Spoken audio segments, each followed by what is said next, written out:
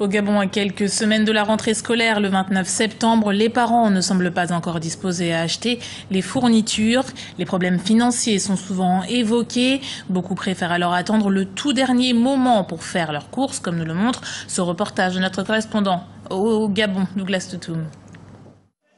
À jour J-17 de la rentrée des classes, les espaces de vente de fournitures scolaires de Libreville n'affichent pas d'affluence. Contrairement aux années précédentes, il n'y a pas de grande bousculade dans les librairies et autres établissements commerciaux de Libreville exerçant dans la vente de fournitures scolaires, et pour cause. Les coûts élevés de ceux-ci et le fait que l'argent se fait de plus en plus rare dans le pays.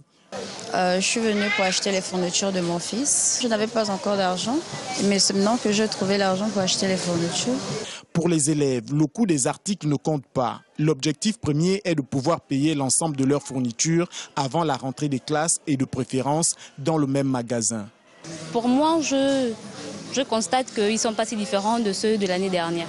On ne pèse pas le poids des dépenses lorsque nous ne sortons pas l'argent de nos poches. Les espaces commerciaux affichent ainsi une faible fréquentation alors que la rentrée des classes est fixée par le ministère de l'Éducation nationale au 29 septembre prochain. Ici, certains parents estiment que malgré la qualité des produits qu'offrent les grands espaces commerciaux, les coûts restent assez élevés et donc pas à la portée de toutes les bourses. Certains parents achètent désormais dès la fermeture des cours pour la prochaine rentrée pour ne pas subir l'inflation de la rentrée scolaire. Je suis venue essayer d'abord non seulement de faire la différence de prix sur certains articles et accompagner une amie. De toute façon, mon compte, je ne l'ai pas ici. Il est excessivement cher. Dans la capitale gabonaise, ils sont encore nombreux, ces parents d'élèves qui n'ont pas encore fait le trousseau scolaire de leur progéniture.